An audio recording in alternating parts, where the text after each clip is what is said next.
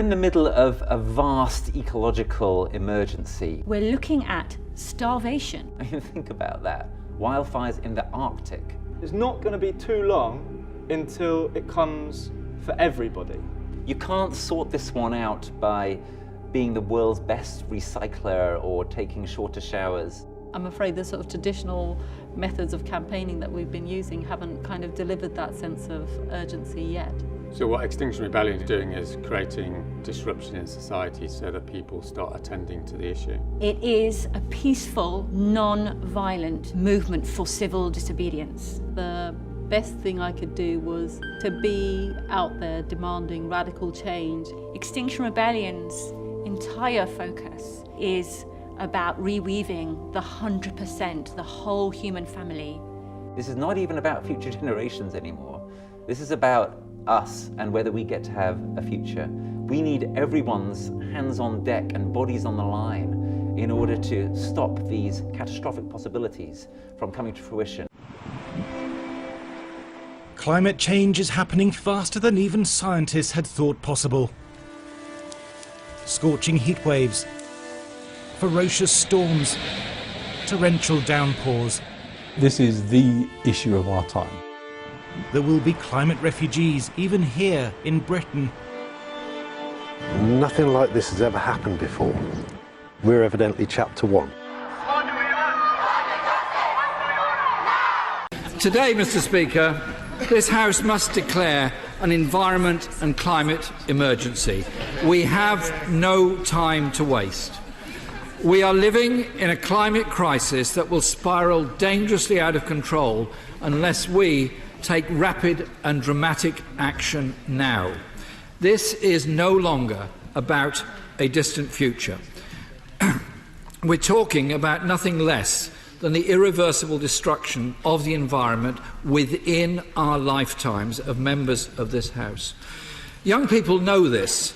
They have the most to lose. I was, like many members of this House on all sides, deeply moved a few weeks ago to see the streets outside this Parliament filled with colour and noise by children chanting, "Our planet, our future." For someone of my generation, it was inspiring, but also humbling that children felt they had to leave school to teach us, adults, a lesson. The truth is, they are ahead of the politicians on this, the most important issue of our time. We are witnessing an unprecedented upsurge of climate activism, with groups like Extinction Rebellion forcing the politicians in this building to listen. For all the dismissive and defensive column inches the protesters have provoked, they are a massive and, I believe, very necessary wake-up call. Today, we have the opportunity to say, we hear you.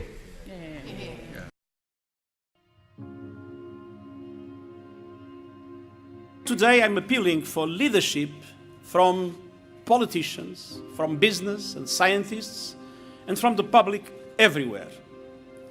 We have the tools to make our actions effective. What we still lack, even after the Paris Agreement, is the leadership and the ambition to do what is needed. And what makes all of this even more disturbing is that we were warned. Scientists have been telling us for decades, over and over again. And far too many leaders have refused to listen. And far too few have acted with the vision the science demands. And we see the results. In some situations, they are approaching scientists' worst-case scenarios. The world's richest nations are the most responsible for the climate crisis, yet the effects are being felt first and worst by the poorest nations and the most vulnerable peoples and communities. Well, we start with the heat wave that continues to batter India. Extreme temperatures across the north and the east of the country have caused hundreds of deaths. In the south, the searing hot spell has led to severe water shortages. The situation has reached a crisis point in Chennai. This is India's sixth biggest city. There was a freak hailstorm in Mexico. It dropped about 5 feet of ice pellets yesterday north of Mexico City. Look at these images. This. 5 feet. 5 feet. Cars were absolutely buried. Nearly 200 homes and businesses reported damage from the hail. There were no casualties. That's amazing. So that's good news. And the whole thing is amazing. It really is. 42 million Americans are in the path of severe storms tonight.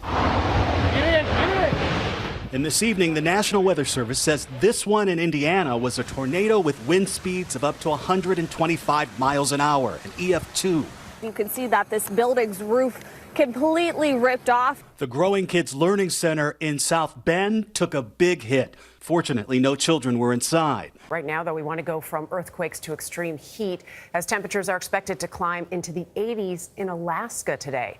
That's actually a slight dip from the record-breaking 90 degrees that made lakes and ponds a go-to destination and broke records in Anchorage and 2 other cities on the 4th of July. Millions of people here in Europe have been sweltering in this summer's second extreme heat wave, and across the continent, records are being broken. A wall of hot Saharan air trapped over northwestern Europe is the cause of these record highs.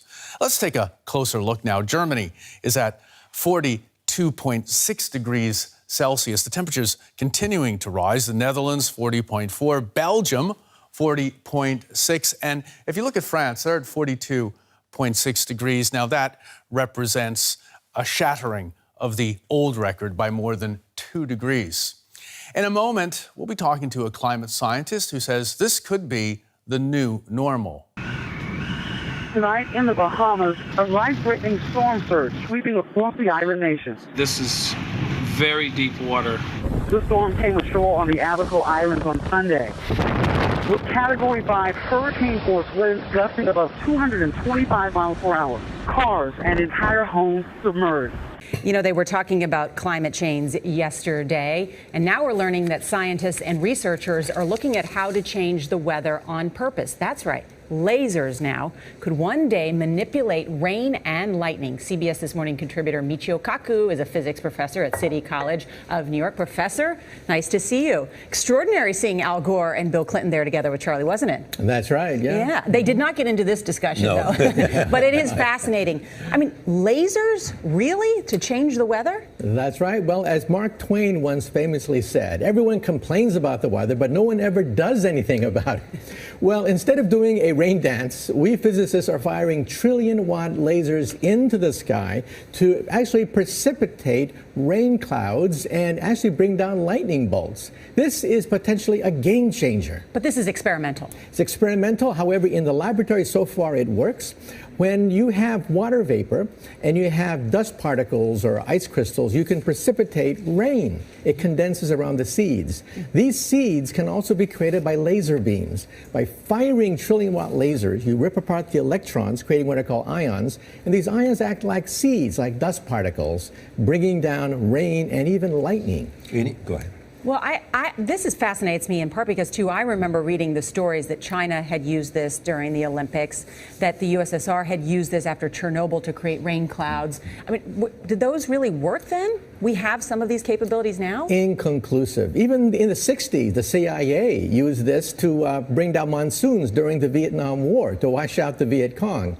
Governments have been playing with this thing. Alleged to. Alleged to, right. Yeah. Now, we realize that for decades now, these governments have been alleged to have experimented with weather control, but nothing conclusive. This time we're bringing in the laws of physics rather than simply waving our hands and uttering mumbo jumbo. We're actually using trillion-watt lasers now. And in the laboratory, sure enough, they precipitate rain out of water vapor. Sure enough, you can actually bring down electricity down the beam. So what does it mean for drought areas that need to have rain for crops? And if they don't have them, there's the consequences of famine. Well, the bad news is if it's a clear blue sky, it's not going to do anything at all because it only takes water vapor that's already in the air and condenses it.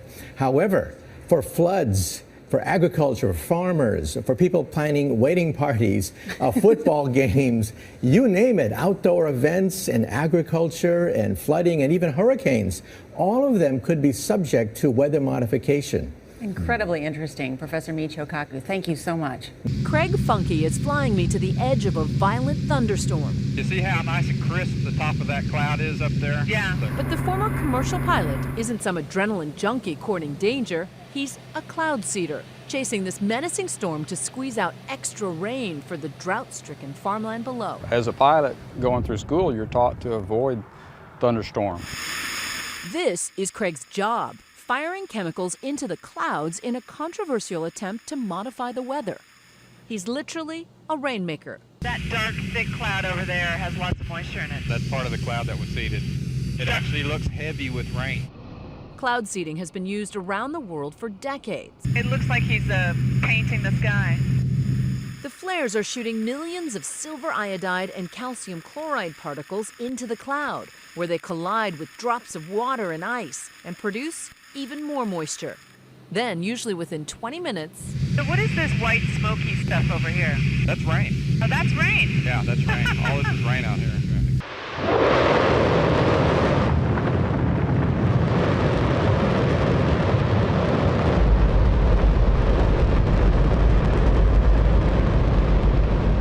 Don't worry if you can't hear what I'm saying. I couldn't even hear myself. This is the loudest sound you could possibly conceive. And, as it turns out, the cleanest.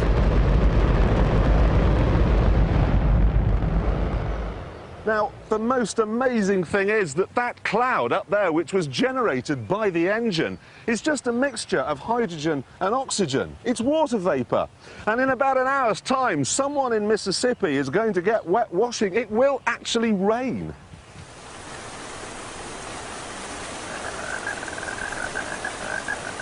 I told you! It's raining! That's unbelievable! Oh. NASA's playing God. It's making its own weather. Now let's look at what the Bible and Spirit of Prophecy has to say about these things. And I will punish the world for their evil, and the wicked for their iniquity. And I will cause the arrogancy of the proud to cease, and will lay low the haughtiness of the terrible. Therefore I will shake the heavens, and the earth shall remove out of her place, in the wrath of the Lord of hosts, and in the day of his fierce anger. And there shall be signs in the sun and in the moon, and in the stars, and upon the earth distress of nations, with perplexity, the sea and the waves roaring. Men's hearts failing them for fear, and for looking after those things which are coming on the earth, for the powers of heaven shall be shaken. For nation shall rise against nation, and kingdom against kingdom, and there shall be famines and pestilences, and earthquakes in divers places. But he that shall endure unto the end, the same shall be saved. The Lord is teaching men that there are limits to his forbearance, in fires, in floods, in earthquakes, in the fury of the great deep, in calamities by sea and by land. The warning is given that God's Spirit will not always strive with men. The enemy has worked, and he is working still. He is come down in great power, and the Spirit of God is being withdrawn from the earth. And these very things will increase until the close of this earth's history. The religious world too is to be terribly shaken, for the end of all things is at hand. Before the Son of Man appears in the clouds of heaven, everything in nature will be convulsed. Satan works through the elements also to garner his harvest of unprepared souls. He has studied the secrets of the laboratories of nature, and he uses all his power to control the elements as far as God allows. Even now he is at work, in accidents, in calamities by sea and by land, in great conflagrations, in fierce tornadoes and in terrific hailstorms, in tempests, floods, cyclones, tidal waves and earthquakes. In every place and in 1,000 forms is Satan exercising his power. He sweeps away the ripening harvest, and famine and distress follow. He imparts to the air a deadly taint, and thousands perish by the pestilence.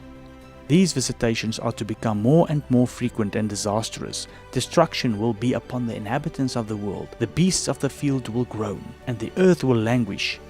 And then the great deceiver will persuade men that those who serve God are causing these evils. It will be declared that the nation is offending God by the violation of the Sunday Sabbath, that this sin has brought calamities which will not cease until Sunday observance shall be strictly enforced, and that those who present the claims of the fourth commandment, thus destroying reverence for Sunday, are the troublers of the nation, preventing its restoration to divine favor and temporal prosperity. Satan puts his interpretation upon events, and they think, as he would have them, that the calamities which fill the land are a result of Sunday breaking.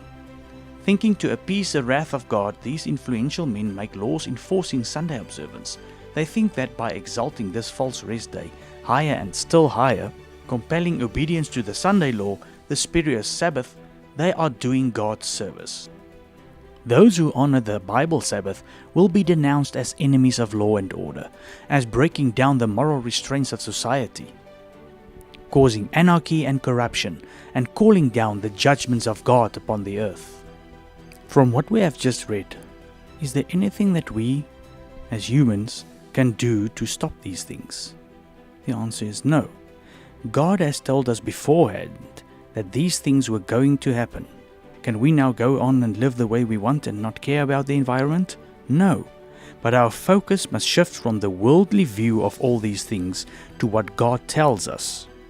We have to know that the dragon, or Satan, is behind everything, and that he is causing his agents, namely the beast Antichrist system with its leader the Pope, the image of the beast America, and apostate Protestant churches, to carry out his plans. We must persevere and focus on Jesus. We must not panic blindly and uninformed along with the world. So now let's have a look at what the Pope has to say about all these climate calamities.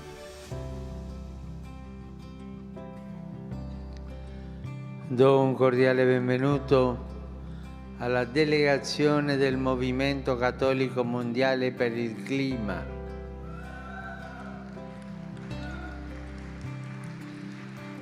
E li ringrazio per l'impegno a curare la nostra casa comune in questi tempi di grave crisi socioambientale.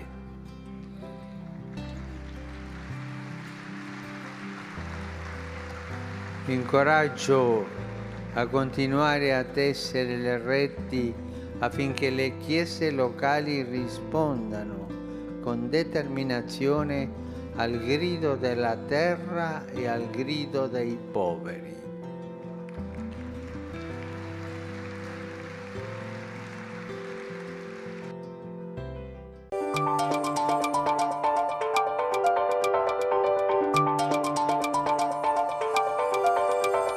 Pope Francis has just released his new encyclical on the environment, Laudato Si.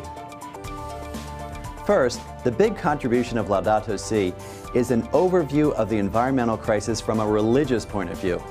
Until now, the dialogue about the environment was framed mainly with political, scientific, and economic language. Now, the language of faith decisively enters the discussion. Fourth, against those who argue that a papal encyclical on the environment has no real authority, Pope Francis explicitly states that Laudato Si is now added to the body of the Church's social teaching. It continues reflection on modern-day problems that began with Leo XIII's encyclical Rerum Novarum on capital and labor in 1891. Fifth, discussions about ecology can be grounded in the Bible and church tradition. In Chapter 2, Pope Francis introduces the Gospel of Creation, in which he leads readers through the call to care for creation that extends as far back as the book of Genesis, when humankind was called to till and keep the earth. And finally, this encyclical is addressed to everyone on the planet and calls for a new way of looking at things. We face an urgent crisis when the earth has begun more and more to look like, in Pope Francis's vivid language, an immense pile of filth. Still, the document is hopeful, reminding us that because God is with us, all of us can strive to change course. We can move towards an ecological conversion in which we can listen to the cry of the earth and the cry of the poor. To use religious language, what the Pope is calling for is conversion.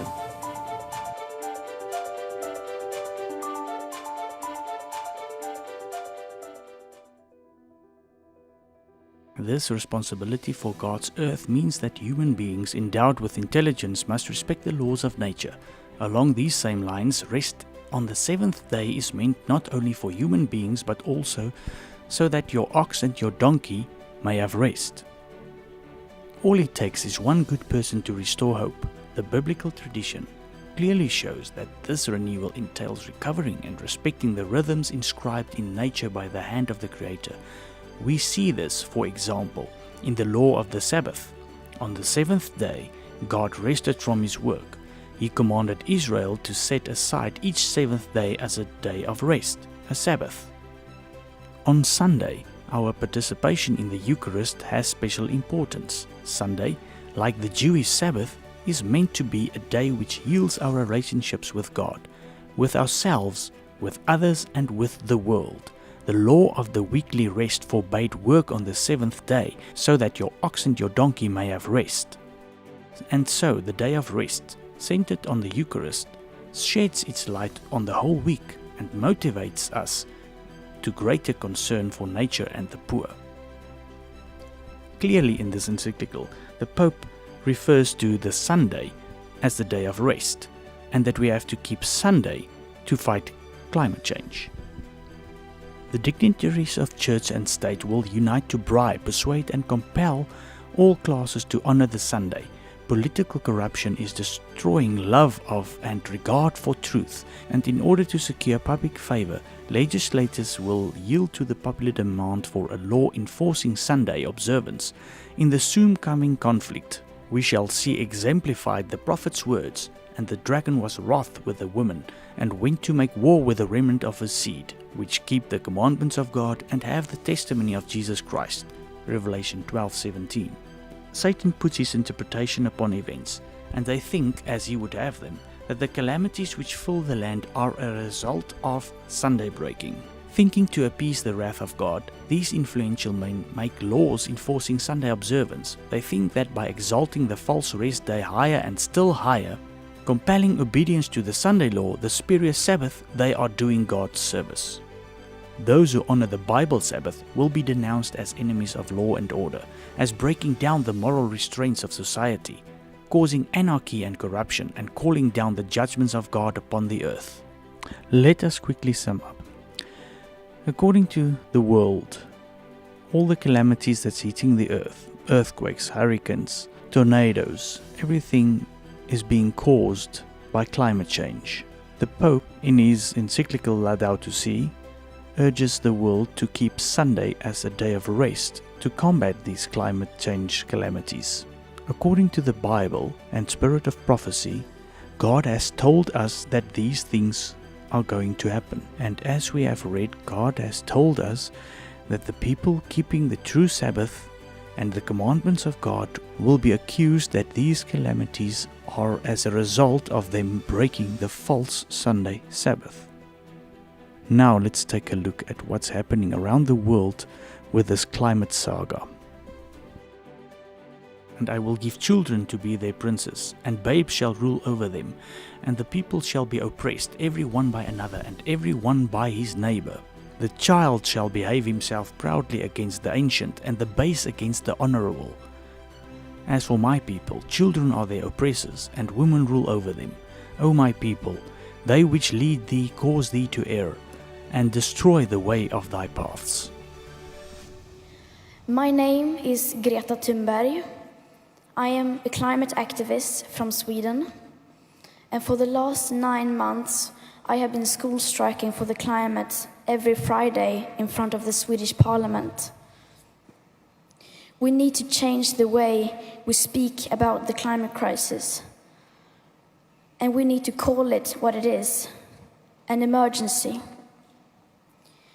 We are Homo sapiens, of the family Hominidae, of the order Primates, of the class Mammalia, of the kingdom Animalia. We are a part of nature. We are social animals. We are naturally drawn to our leaders. During the last months, millions of children have been school striking for the climate, gaining lots of attention for the climate crisis. But we children are not leaders, nor are the scientists, unfortunately. This is above all an emergency, and not just any emergency. This is the biggest crisis humanity has ever faced.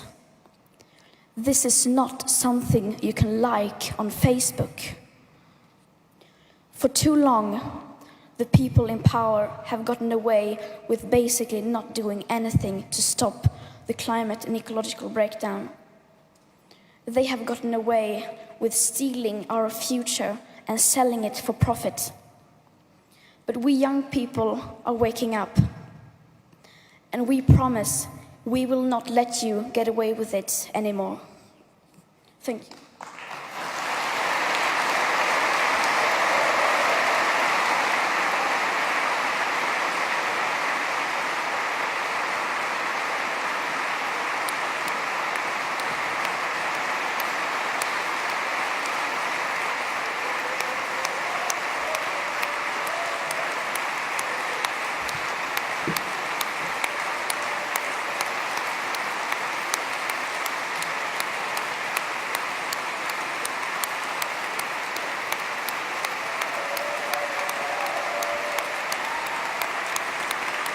We are the younger generation. We are the ones who are going to be affected, and therefore we demand justice. What do we want? Climate justice! When do we want it? Now! Everyone should mobilize for the 20th and the 20th of September because this is a global issue which actually affects everyone.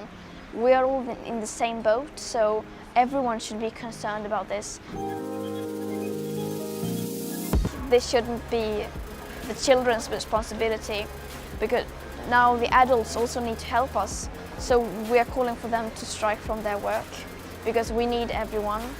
There is nothing we can't do, and I mean, if not you should do it, then who else? And if not we should do it now, then when should we do it? The preparation had been tough, but Greta Thunberg is now undertaking the journey of a lifetime. At the southern English port of Plymouth, the racing yacht, the Malizia 2, a professional crew and her father, awaiting them all the challenges of the Atlantic Ocean for at least the next 2 weeks. Despite all the technology designed to make this a carbon-neutral journey, there is little luxury and even less privacy. This teenager, who has become a beacon for so many young climate crisis activists, now prepared to brave the challenges of the open ocean in the hope that her message will be heard and understood. Greta Thunberg's trip across the Atlantic is expected to take 2 weeks. She aims to be in New York for the next month's UN Climate Action Summit. But the crossing won't be easy. August is peak hurricane season. After New York, Thunberg says she'll travel by train and bus to Canada and Mexico. She also plans to attend the annual UN Climate Conference in Santiago, Chile in December. And Thunberg is doing this despite the criticism and vitriol she has experienced from climate change deniers. I'm not concerned about reactions. What I'm concerned about is whether we will do something or not, whether the people in power will react and act with necessary force. It's taken the determination of one 16-year-old schoolgirl to spark off a global movement where Greta Thunberg has been urging politicians to do something more than say the right words, but to put it into action as well.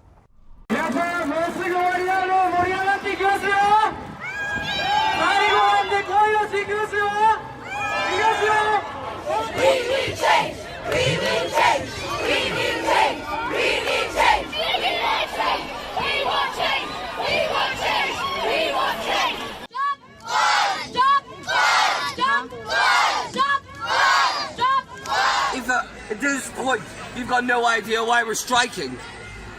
Then, like, what on earth? You must be utter idiots. If you're wondering why we're striking, like look around you. Like look at the climate charge. Look at the amount of CO2 in our atmosphere.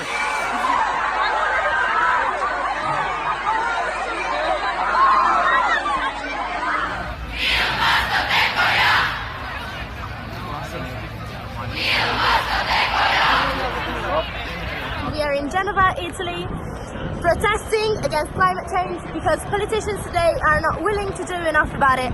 So we're taking to the streets to fight for our futures and for those who are suffering from the consequences of climate change today.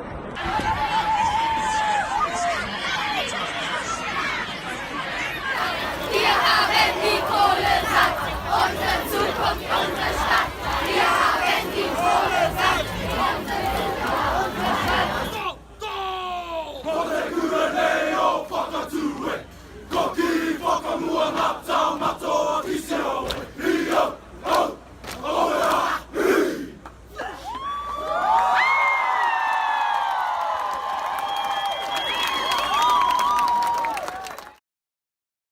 Today, we spend the hour with Greta Thunberg, the 16-year-old Swedish climate activist who's inspired millions across the globe. Last year, as a 15-year-old, she launched a school strike for the climate, started by going in front of the Swedish parliament every day for 3 weeks, then skipped school every Friday to stand in front of the parliament demanding action to prevent catastrophic climate change. Her protest spread, quickly going global. Hundreds of thousands of school kids around the globe have participated in their own local school strikes for the climate. Since her strike began in 2018, Greta has become a leading figure in the climate justice movement. She's joined protests across Europe. She's addressed world leaders at the UN climate talks in Poland and the European Union Parliament. She has even met the Pope. And now she's in New York to join a global climate strike on September 20th and address the UN Climate Action Summit at the UN on September 23rd. Greta has refused to fly for years because of emissions, so she arrived here after a 2-week transatlantic voyage aboard a zero-emissions racing yacht. She's also planning to attend the UN Climate Summit in Santiago, Chile in December. So I want to go to the speech you gave when we saw you in Poland, in Katowice, at the UN Climate Summit. This is a clip of what you had to say to the UN Secretary General and all those who were gathered for the UN Climate Summit, for the COP. Today we use 100 million barrels of oil every single day. There are no politics to change that. There are no rules to keep that oil in the ground. So we can no longer save the world by playing by the rules, because the rules have to be changed. So we have not come here to beg the world leaders to care for our future. They have ignored us in the past and they will ignore us again. We have come here to let them know that change is coming, whether they like it or not. The people will rise to the challenge. And since our leaders are behaving like children, we will have to take the responsibility they should have taken long ago. Thank you. Let's talk about visiting the Pope, what that meant to you and what the Pope has said about the climate crisis and what you said to him. Yes, I mean, he has been pretty outspoken about this. So I think that is good that he's talking about this, and he was very supportive, and he said that I should continue doing this, and so yeah, it was incredible to meet him, of course, and I was very honored to have the chance to do that and to speak to him. So Greta Thunberg, I want to talk about the movements all over the world that you are very much a part of and are inspiring. When you went to Britain, you spoke in the British Parliament, but you also spoke at an Extinction Rebellion protest, and we want to play a clip. We are now facing an existential crisis, the climate crisis and ecological crisis. which have never been treated as crisis before. They have been ignored for decades. And for way too long, the politicians and the people in power have gotten away with not doing anything at all to fight the climate crisis and the ecological crisis. But we will make sure that they will not get away with it any longer. Greta, there you are addressing a group at the Extinction Rebellion. That group was just really formulating when we were in Poland. They were there in Britain starting to superglue themselves to places like ExxonMobil headquarters and other places. Can you talk about the significance of this movement?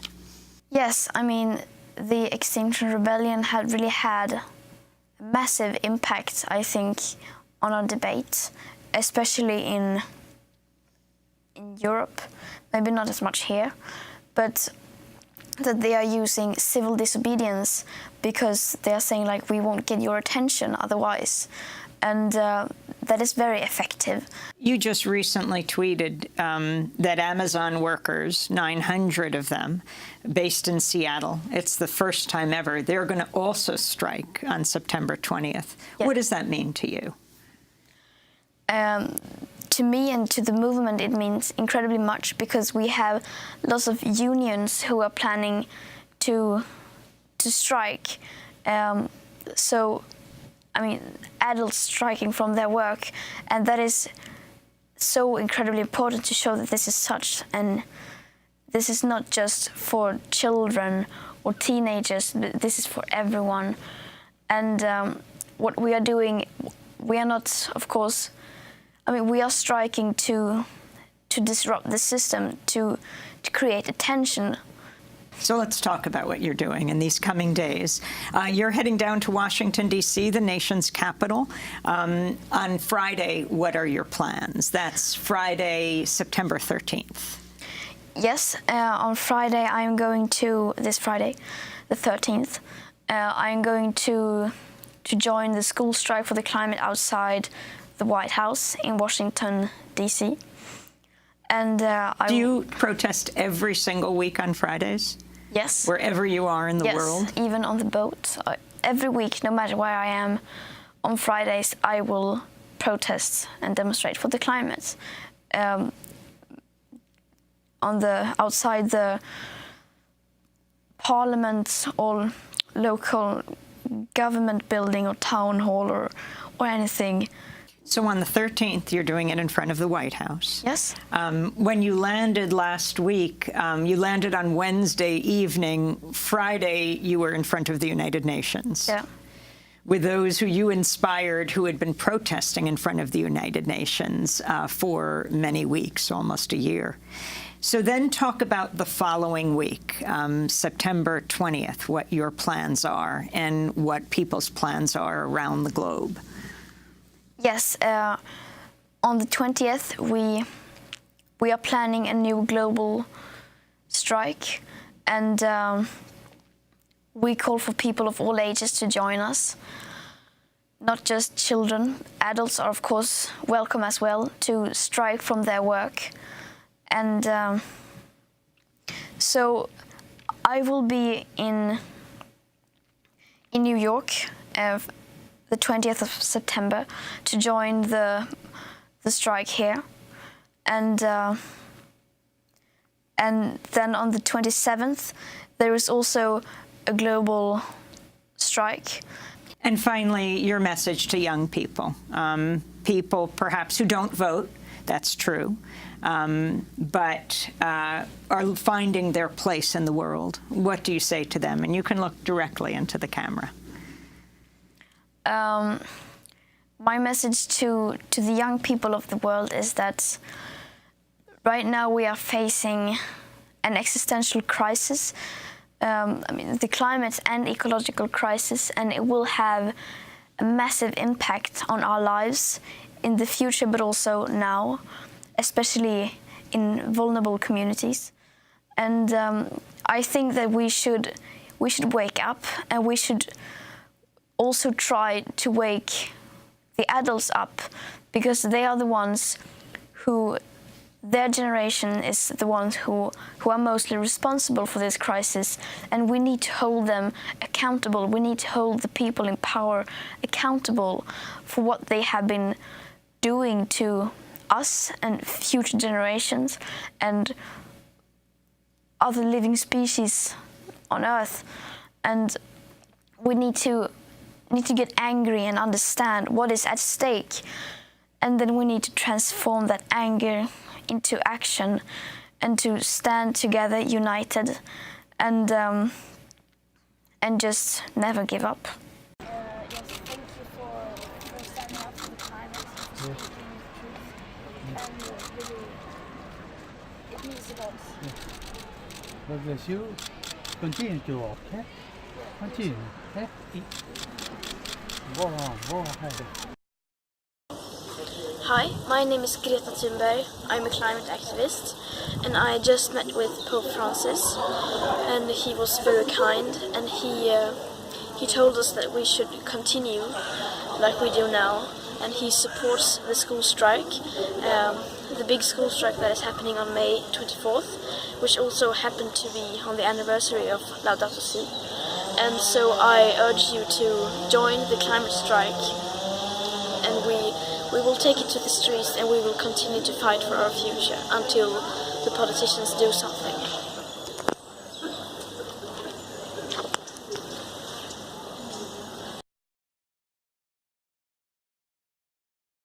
The green dots on this map shows all the registered strikes that will take place on 20 September 2019 across the world. South Africa has 34 registered strikes across the country.